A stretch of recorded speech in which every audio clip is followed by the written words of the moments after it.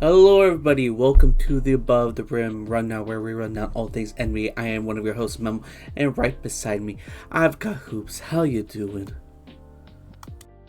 Going on, man? Overall, I've been doing good, just getting through in life, honestly, and it's for the most part been typical life routine. What about you, man? How you've been doing? I guess the same old. I'm just working. This week the season finale of Invincible was released, so I got to enjoy that. It was peak. It was so good. This weekend, I'm in charge of my dog since my sisters are both out for this church retreat. They'll be back Sunday, so I'm kind of watching him. We were just like watching a show right now on the couch, just chilling. He's at the stage where like he could chill with me now. Like he could like lay on my lap and won't bite me and stuff. So like I'm very happy about that. So that's been good. But yeah, nothing too crazy. Nothing too crazy. Um, I guess we could just jump into it, right? We've got some basketball to talk about since this is a basketball podcast after all. We actually don't have a lot to do today. We'll go over the standings, go over the W and Ellis, and that's it. Nothing too crazy. Nothing too crazy for this episode. So, yeah, let's jump into the standings. Now, I remember last week you did the West Coast, so I believe it's my turn to cover the West Coast, the best coast. Starting with the Jazz at 15, they got a little circle. That means they are already eliminated from playoff contention. That sucks, but hopefully they could get a high draft pick, I guess. And the Pelicans are in the same boat at 14 with an 18 and 49 record. They are also eliminated from playoff contention. The Spurs are at 13 with a 27 and 38 record. Trailblazers at 12 with a 28-39 record. The Suns at 11 with a 31 and 36 record. The Mavs at 10 with a 33 and 35 record. The Kings at 9 with a 33 and 33 record. Clippers at 8 with a 37-30 record. Timberwolves at 7 with a 39-29 record. The Warriors at 6 with a 38-28 record. The Lakers at 5 with a 40 and 25 record. The Grizzlies at 4 with a 42-25 record. The Rockets at 3 with a 42-25 record. The Nuggets at 2 with a 43 and 24 record. And number 1, clinching a spot to the playoffs. The first team to do that in the West is the Thunder with a 54 and 12 record. So that is the West Coast standings. Now let's talk about the East Coast. All right, so sitting at the very bottom of the conference, we got the Wizards at 14 and 51. At number 14, we got the Hornets at 17 and 49. At number 13, we got the Sixers at 22 and 44. At number 12, we got the Nets at 22 and 44. At number 11, we got the Raptors at 24 and 43. At number 10, we got the Bulls at 28 and 38. At number 9, we got the Heat at 29 and 37. 8 Magic 31 and 37. 7 Hawks 32 and 35. Pistons at 6 was 37 and 30 record. Pacers 5 37-28. 4 Bucks 37-28. Number 3 we got the Knicks at 42 and 23. Number 2 Celtics 48 and 19. And sitting atop of the Eastern Conference and the NBA as a whole, we have the Cavs at 56 and 10. So those are our current Eastern Conference standings. And just like last week, I think we should start things off in the W list with the Cavs once again. We won't, talk about them too much because I think by now we all know how great the Cavs is, or the Cavs are. But it's a good reminder, to give some love to this team that are surpassing expectations. Last week they were the first team to clinch a playoff spot. This week they extended their win streak. Now they have a 16 game win streak and they have an incredible 56-10 record. I mean, we've been talking about them feel like every week now because of how great they are, but any thoughts on this extended win streak? I believe this is like their third long win streak as well. They started off the season with the long win streak. I think after that they had a 12-game win streak, and now they have a 16-game win streak. So, how impressed are you by all the winning they've been doing? Very impressed. And as you mentioned, I believe this is their third win streak of 10 or more games. So definitely very impressive there. And I think as each day goes by, they're further proving a case why they should be considered true contenders. Now, obviously, they got to prove to the world when it matters most that they really are, but so far looking really good, and hopefully they can maintain that momentum. Yeah, especially since we would rather have them in the finals than the Celtics. That's the true reason why we Easily. want that. But it's still like a fun story to follow, right? This team we thought should have blown up last year. I was saying they should get rid of one of their bigs, either Jared Allen or Evan Mobley, and get rid of one of the guards, either Donovan Mitchell or Darius Garland, most likely Garland. But nah, instead they got a new coach, uh, and they just tried it again, and it's looking phenomenal. It's looking phenomenal at the moment. So yeah, shout out to the Cavs, and again, as mentioned before, OKC Thunder, best team in the West, were able to be, or they were able to become the second team to clinch a playoff spot this week. And they've had a good week in general, especially during that Celtics Cavs, or not Cavs, sorry, OKC Celtics game earlier this week, which was definitely a statement game, right?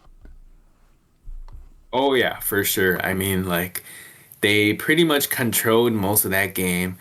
I believe they led by as much as like 12, and then the Celtics only led by like 2 at any point in the game. So to say the least, they held their own there, and it went down to the wire, but in crunch time, OKC was able to come out on top. So shout out to them. And by doing so, OKC was able to sweep the Celtics in the regular season series. They won in OKC earlier this year, and then they beat them in Boston. So good two statement wins. Hopefully, if they do meet in the finals again, a sign of what's to be coming. But yeah, it would be better if the Celtics just don't make the finals at all, though, Yeah, obviously. yeah, I would be afraid of that. I actually know somebody, or I kind of know somebody that went to that game. We're mutuals on TikTok.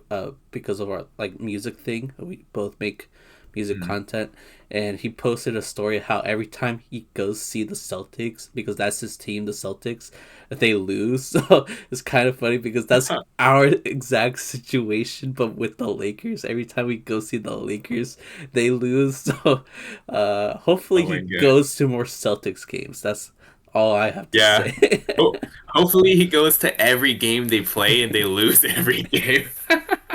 But I think his is crazier than ours, knowing that like the Celtics are literally the defending champions and they have the third best record in the league, and yet still that guy's bad luck and he can't catch a damn W. Like that's some tough luck right there.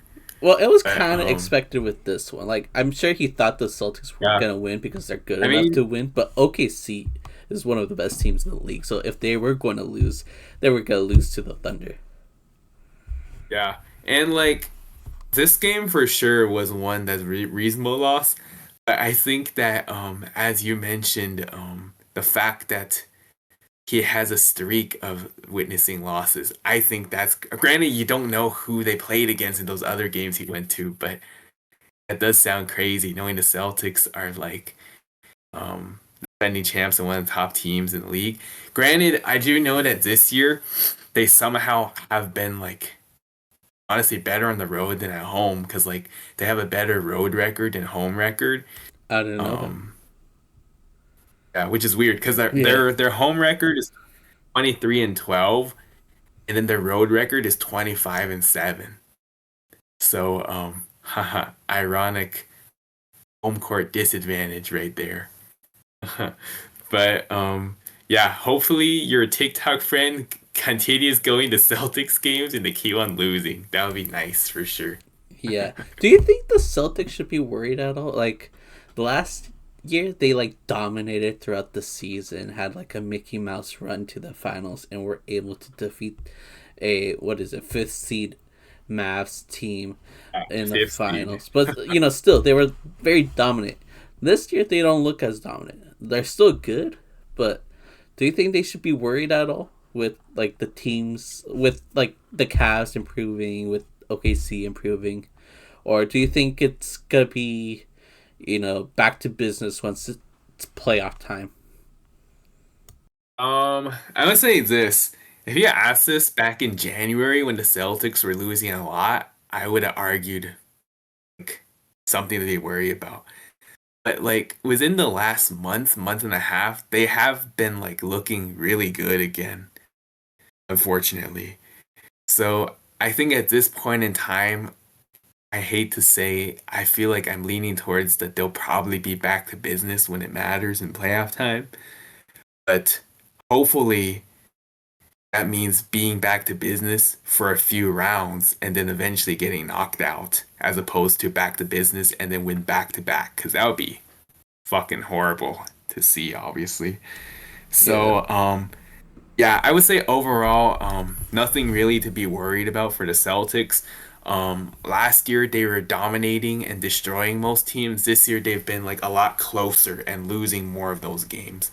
But I feel like until like the Cavs prove and show that until they actually beat the Celtics in a playoff series, at the moment, I feel like the Celtics unfortunately are still the favorites in the East, and then we'll see what happens if they play like OKC or someone in the finals.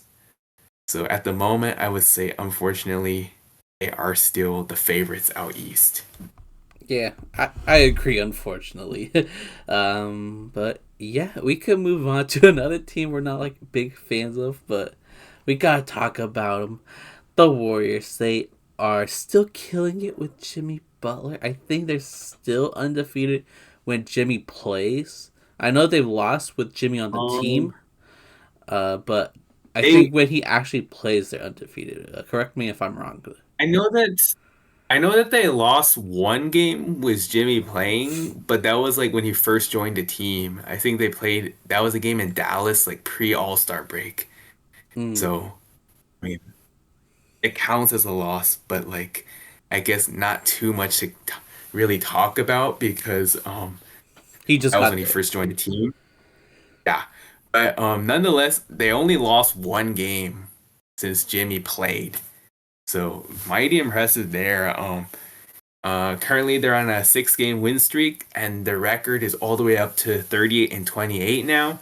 And they are now in 6th seed, only 2.5 games back of the 5th seed, which unfortunately is the Lakers right now, which we'll talk about later. But the Warriors have been looking scary lately, not gonna lie, and I absolutely hate to see that because like they started the season really good, and then they had like a very drastic drop off, and that was like so satisfying to watch. And then unfortunately they've been plummeting right back up. I feel like this is kind of reminiscent to the Warriors last year because last year they also started really good and then they started losing and then they went on the run late and then just barely fell short of the playoffs. This year, unfortunately, they're probably gonna make the playoffs, but the point being is that the trend is very similar. The upwards climb, massive drop, and then the upwards climb again.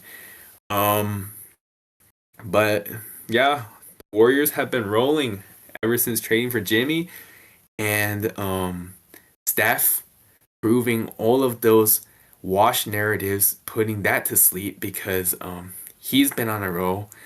And speaking of which, he has made his 4,003 earlier this week, and I believe, isn't that the second most of his career, only behind his MVP season 2015, 2016? Or it might have, it's Uh, definitely up there. But what do you mean? This is like because obviously Steph has had very impressive like seasons where he made a lot of threes. But like this one is like up there for like one of his most made threes in a season. the 4,000 threes is throughout his career. Oh yeah, my I guess I misunderstood that. But yeah, he made 4,000 threes overall in his career and mighty impressive there. Yeah, I misread that part. Imagine he made 4,000 in a single season. Man. That's 12,000 points. That'd be insane. Yeah, astronomical numbers. Anyway, yeah, the Warriors have been rolling. Absolutely hate to see it, but credit where it's due. They are slowly, surely, not even slowly, they are quickly climbing up the standings. And seems like the Lakers, Rockets, they need to be careful and like stop losing games because if they keep done like letting loose, the Warriors could catch up. And yeah, that's pretty much what I gotta say. Anything you would like to add on the Warriors? I mean, it is kind of scary, as us Lakers fans that like they're catching up. They're catching up quick. And it doesn't seem like they're gonna lose any momentum. Like everything's clicking right now. Even when like Jimmy Butler and um, Steph have like bad games, like the last game, for somehow Draymond Green was like splashing threes. It was the leading scorer for that game. I think Kaminga just returned as well, so that's just another person to help produce for that team. And yeah, we'll talk about the Lakers later, but with the LeBron injury and everything else that's going on over there, I could see the Warriors surpassing the Lakers, which would suck because I kind of like this. Like if everything was, uh, if the playoffs started today, I wouldn't mind being the fifth seed at the moment because we'd be against like the Rockets or something. I think they were Yeah, fourth seed. which I think is one of the more favorable matchups, honestly. Yeah. Aside from like, aside from if we were the second seed and we played against like the Clippers, for example.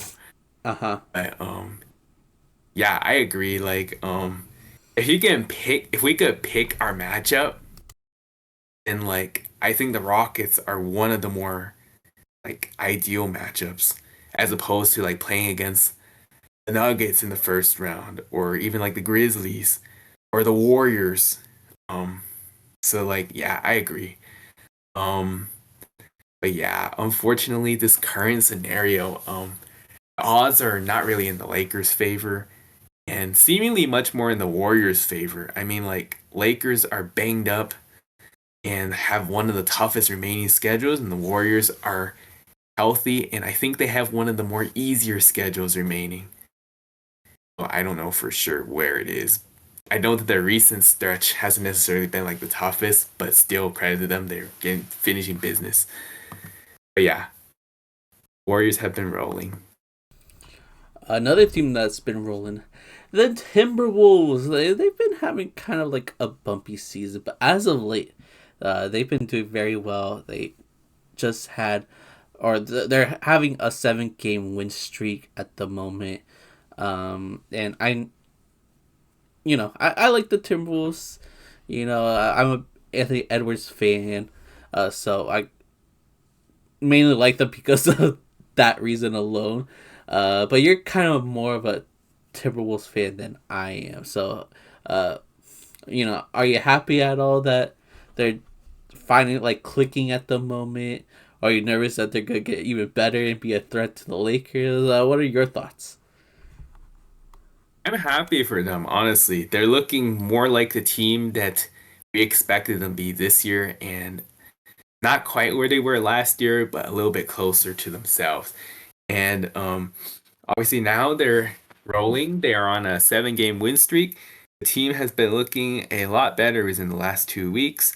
and now they are currently sitting at the 7th seed with the same number of, it's like technically the same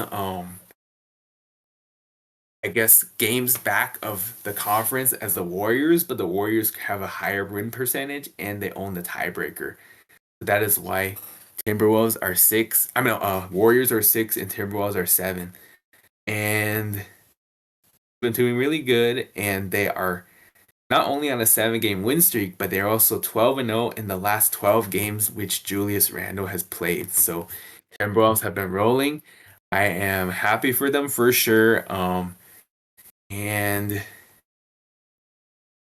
for the Lakers' sake, another team that might be catching up. So that's a con there. But like, quite honestly, like Lakers just need to find a way to do the job themselves. Like, stop trying to focus on other teams and what they're doing. If you do the job yourself, then that's the best way of keeping set. But like, yeah, honestly, Timberwolves have been looking a lot better, and I'm happy to see it.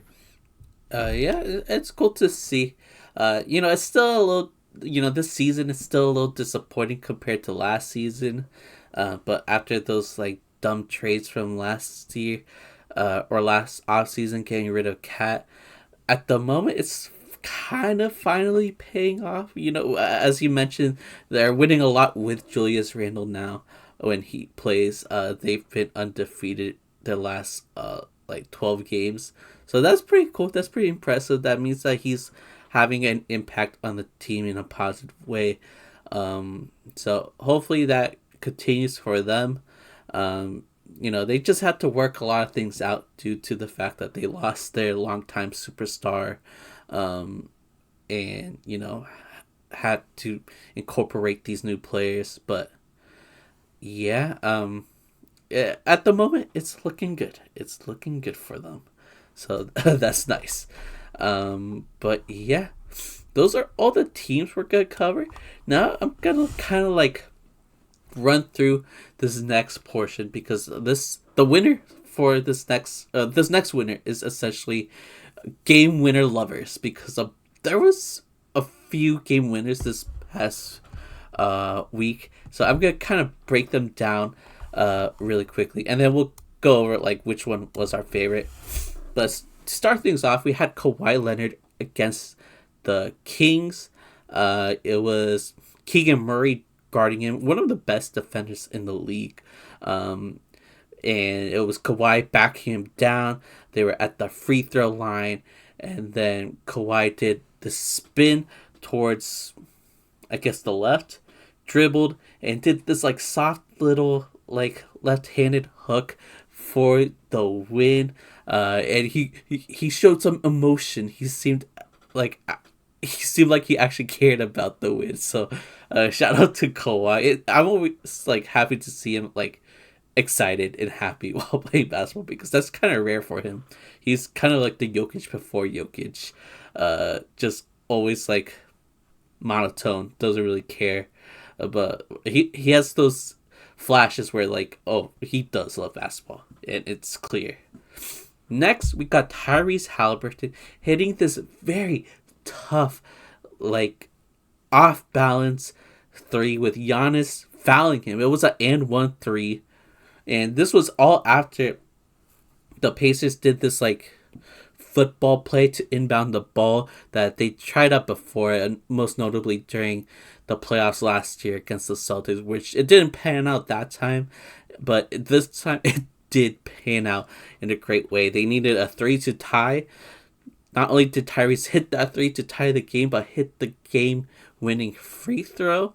And yeah, I thought that was very impressive.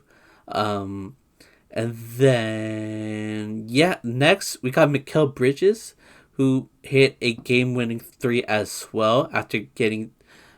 Actually, he was the one that inbounded the ball, I believe, to Josh Hart.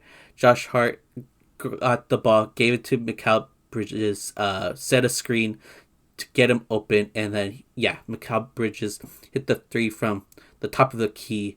What a nice looking shot. Like, I don't know. To me, it like it looked cool.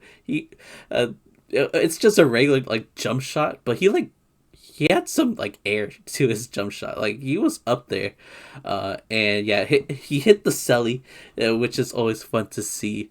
And yeah, luckily they won that game because Josh Hart almost like ruined it for them. He caused a brain dead a turnover that almost cost them the game, but luckily Mikal Bridges was able to, uh, you know, clean it all up, and they got the win over the Blazers. And then the last one that just happened today, this one sucks. This is definitely not going to be our favorite for this week, but it was Jamal Murray once again hitting a game-winning three against the Lakers. This wasn't a buzzer beater like the others, but what was like a kind of a cool bonus to this is that after the three, there was still time left, so the Lakers tried to inbound the ball, and as they inbounded, Russell Westbrook, former Laker, got his revenge and stole the ball, preventing Austin Reeves to get it, and he made the game-sealing dunk that ended the game. So, 4 game winners that happened this past week. What was your favorite from this week? Was it Kawhi Leonard, Tyrese Haliburton, Mikal Bridges, or Jamal Murray? I doubt it's Jamal Murray, but that's an option. I must say this. Most of these were all pretty impressive to say the least. Um, Kawhi, kind of like as if he turned back the clock. I mean, like, I don't think he's had very many game winners in his career. Obviously, the most well-known one is the Raptors game winner against the Sixers, where he had 4 bounces. This one, even like, I think it bounced like once or something. It definitely had like a shooter's bounce. So, a little bit of like a deja vu moment there too. So that was a really cool one there.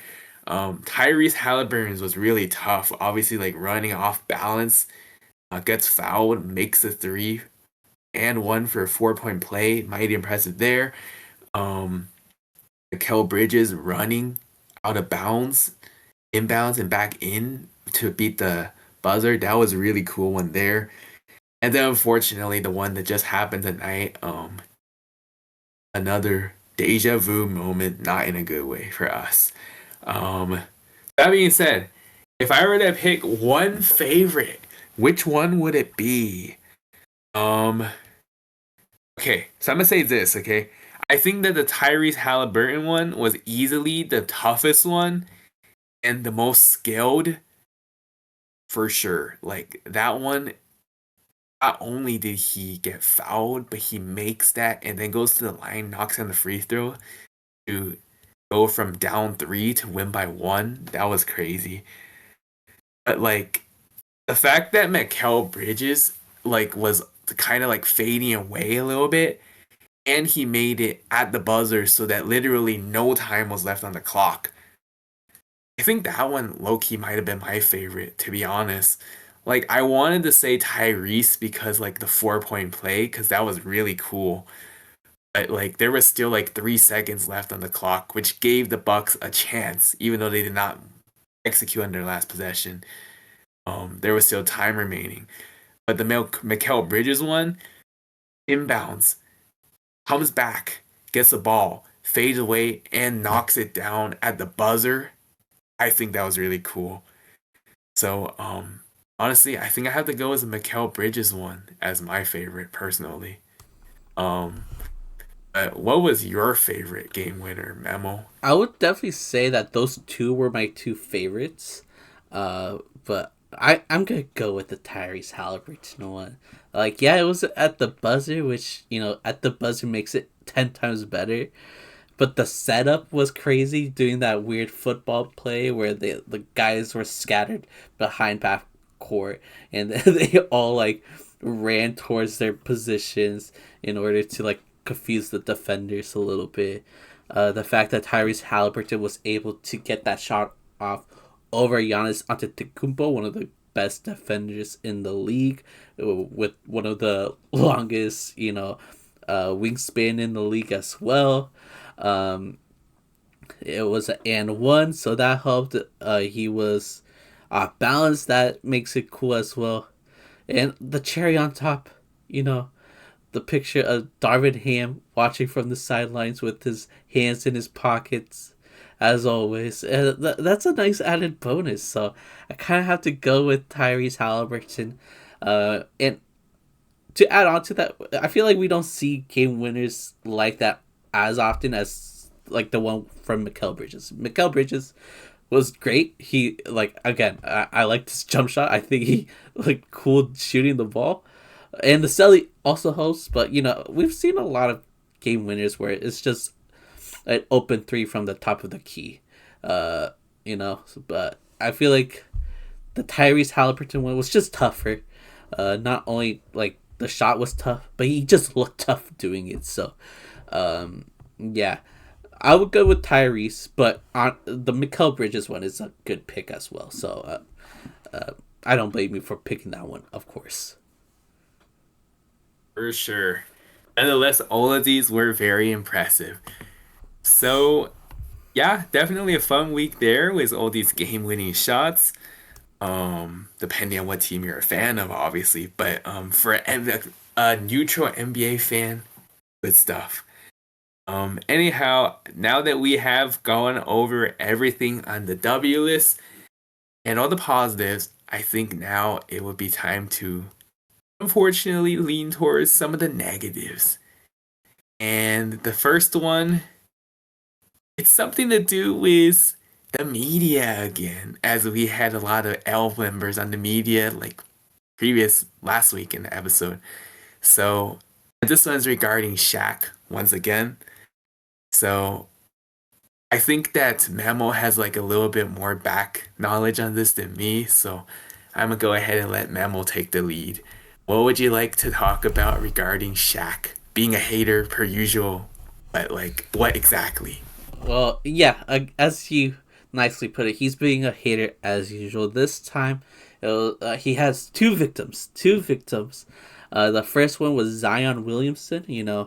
Um, he's a incredible player, a superstar. Was or has been injury prone throughout his entire career, including this season. But he's been back playing very well as of late. And just this week had a game where he had a triple double, second one in his career. He had 22 points, 10 rebounds, 12 assists. And as you know, the TNT crew, it wasn't like the OG crew. It wasn't like Chuck or all of them. It was Candace Parker, Vince Carter, Shaq, and I forget the other guy's name. I like him. I just don't know his name. This white guy. Um, That's cool. yeah, that guy. They Yeah, were, that guy's cool. yeah, I like that guy. He's cool. But anyways, as they were like, praising Zion for a great game, Shaq like wasn't having it because he believes Zion Williamson is a superstar. So, that triple double would only be impressive if he had at least 25 points, which is only 3 more points than what he actually had. So I don't know why he made such a big deal over not getting enough points.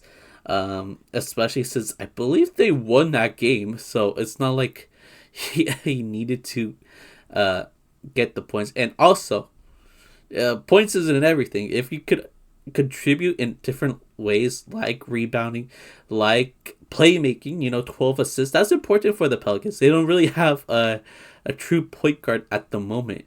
I don't think Murray's playing at the moment, but even he's not like the best playmaker in the world. So the fact that Zion in that game specifically was dishing passes like crazy, it's good to see your superstar contribute in this kind of way. But the Shaq just you know was upset that he didn't score 25 points. Ooh, come on. It's really not that big of a deal. And fun fact, Zion was able to tie the same amount of triple doubles Shaq it was able to have in his long career with two. Now they both are tied with two triple doubles, and I'm sure Zion will at least have one more in his career. So I'm definitely looking forward to that. But yeah, that was the Shaq is first. That was the first victim. The second victim is the Pistons. So, uh, I think it was that same day. Um, uh, yeah, the Shaq was talking about how he was so glad that Chauncey Billups was able to help the Detroit Pistons improve this season as their head coach, and then Candace Parker noticed that he said Chauncey Billups, uh, and then was like questioning him if that's what he actually meant, and he was like being dead serious, and then that's when like the whole crew was clowning on him because Chauncey Billups is not the head coach for the Detroit Pistons. He's the head coach of the Trailblazers. And after that, I think he got embarrassed because he started going off about how he doesn't watch the Detroit Pistons. They're not good enough for his time. And he was sounding very salty. He really was acting like a big baby. It was almost as if he's still like mad about losing to the Pistons in the finals decades ago. So yeah, I thought he just seemed so pathetic. Honestly, this week, like, come on, dude. Like, why are we hating for no reason? Like, dude. at least have a decent reason to hate. I am a big hater. I be hating all the time. That's kind of the reason why we have an L list to begin with, so I could just go off on teams, players, media members. So I think hating is fine. Criticism is needed, but this is not valid criticism. This is not warranted hate either. This is just him being salty. So I don't know. How familiar are you with this story? Did you uh, hear about this at all? And what were your thoughts on what Shaq said this week? Yeah, I was like not extra super familiar with everything, but not even but like this none of this is a shock one bit because like knowing Shaq is like always hating for like dumbest reasons possible.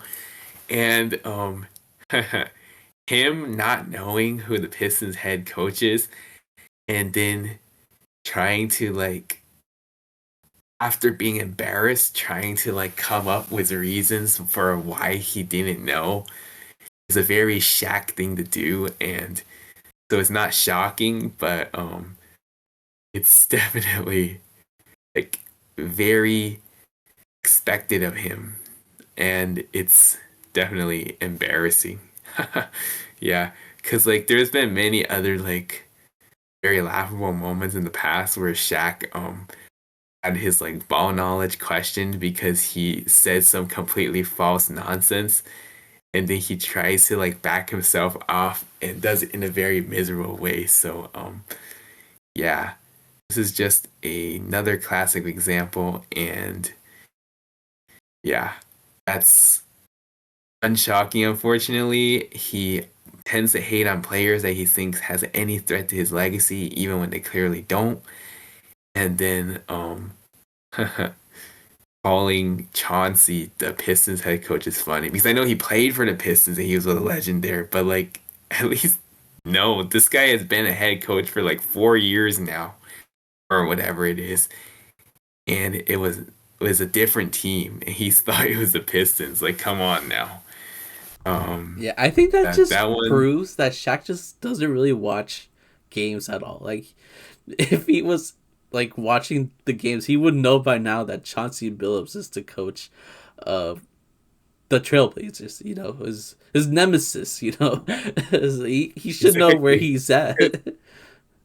It's like it's not like he's a first year coach either. Like if he was first year in the league, then maybe you can have like a confusion, but like he's been in the league for 4 years now. Like he should know. Yeah, but you know that's it. Coaching dentist. Yeah. So that's all I have to say about the Shaq situation. And you know, speaking of Shaq, speaking of Lakers, the Lakers are also in the L list this week. You know, we were just talking so highly about them last week, But this was a tough week, and a big reason why is because the LeBron injury that I just heard. I think he's gonna be out another week due to the groin injury that Yeah. he has, and that's the type of injury that like lingers as well. So this will have an effect on him for a bit, for sure. But since he's been out, the team has lost four straight games, and a couple of them are warranted. Like, well, I guess not the Nuggets one is warranted because they were so close to coming back. But they did have no LeBron, no Luca in that game as well. But like they lost to the Nets, right? They one of those no. They did. I was saying like that was Oh, okay. embarrassing. Yeah, like that's a team that we should beat, especially since Luca played that one, right?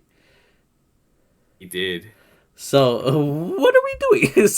uh, yeah. How much does this suck for the Lakers at the moment? Um. Okay. I'm gonna say it's this. It's been a rough week. Obviously. Three losses were justified. Celtics, Bucks, Nuggets. Nets was inexcusable. That was just embarrassing. Like that's a team we should beat even without LeBron. Um, and doing so, we dropped to the fifth seed. They have the third hardest remaining schedule and the most back-to-backs remaining this season. So NBA did the Lakers no favors in the second half of the season. Nonetheless, taking a positive out of the negative, like the Lakers should look at it as like a way of trying to get better. The problem is when you're without your best player, it makes things more difficult to execute like that. But nonetheless, like this people can say what they want about like the center depth not being great. The reality is the overall roster is pretty good that overall on paper that they should be able to at least win some games without LeBron. And it hasn't been the case so far. I will say game against the Nuggets where they practically had a G League squad. There was a lot of guys out, like no Luca, no LeBron, no Dorian Finney-Smith, no Jackson Hayes, no Gabe Vincent, you name it, no Rui, you name it. And they only lost against the Nuggets by 5. I thought that that was, if anything, a sign of life and encouragement there. But so hopefully they can carry momentum and do better going forward. But then it's like until they start actually winning some of those games, it's definitely like a little bit worrisome for sure at the moment. And so they were the second seed a week ago, and now they are all the way down back to the fifth seed.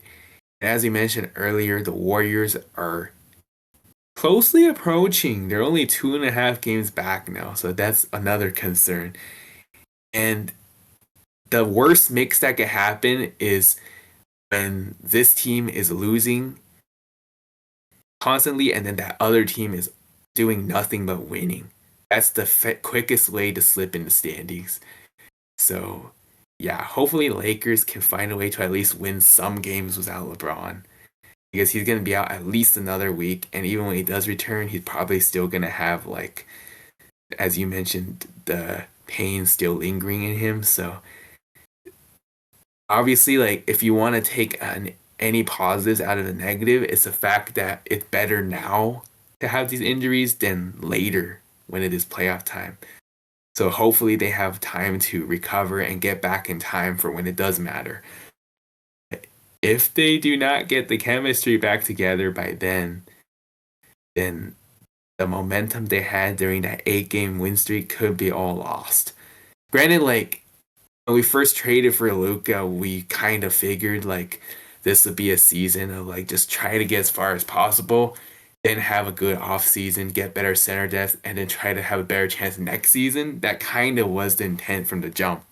And then the Lakers kind of like overachieved immediately when they got Luka.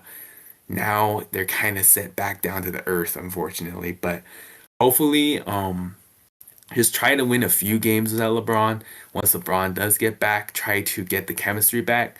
If so, hopefully Lakers be fine come playoff time. But I think it's a matter of like trying to ideally get like a matchup that is like more ideal so that they don't have to play against like the Nuggets, OKC, or the Warriors right off the bat in the playoffs. Play against like the Rockets, the Clippers, or someone like that would be better. But yeah, those are my main thoughts on the Lakers at the moment. Obviously, completely different mood than a week ago. Yeah, it was a straight up 180, and it's not looking good now. It might not look good for the next few weeks, which is unfortunate for our Lakers. Hopefully, Luka can start carrying because he's able to carry a team. He was able to carry a team to the finals last year. So hopefully they can make it work. There's a lot of injuries right now. We've got Alex Len playing for us, so it's not looking good. It's not looking good. But uh, you know, right now the goal is just to stay within the top six teams. So they'll just try to avoid the play in at all costs. Of course, we would want a higher seed or, a certain seed depending on the matchup. But as long as the Lakers are in the top six, I'm fine. We'll just figure everything out and hopefully everybody's healthy when it's time to play in the playoffs because that's when it matters the most. And I think that's where you could see them cause a lot of damage if everybody's healthy. So that's what I'm hoping for. That's what I'm rooting for. We'll see what actually happens. But yeah. Absolutely. Uh, But yeah, I think that would be a good breakdown of our thoughts on the Lakers. Last team we have on our L list is the Heat, who I wouldn't say their expectations were really that high to begin with this season, and after they traded away Jimmy, even less so. But nonetheless, they have been on a rough stretch of their own lately. They are currently on a 6 game losing streak, 5 out of the 6 losses coming at home, and a few of those being some embarrassing losses, lost to the Bulls and the Hornets both at home. And now the Heat are currently sitting in the ninth seed in Eastern Conference. So it's been pretty rough for this team, to say the least. Currently, they are 8 games below 500, so not good there either. And they are also only 1 game ahead of the Bulls for the ninth seed, which between the Bulls and the Raptors, who are the 11th seed, there's like a 4.5 game cushion. So probably they still make the play in, but you just never know. They keep winning. If the Raptors find a way to keep winning, which they have won 3 straight, by the way. Like if the Heat keep losing and the Raptors keep winning, you just never know. So yeah, it's been looking rough for the Heat lately, but I would say maybe you don't expect them to be this bad like that at the moment, but nonetheless, we knew that a drop off was happening when they lost Jimmy. So, yeah, hopefully things will go upwards for them sooner rather than later, but we'll see. I highly doubt it though. I feel like the season's already Not over this for season. them.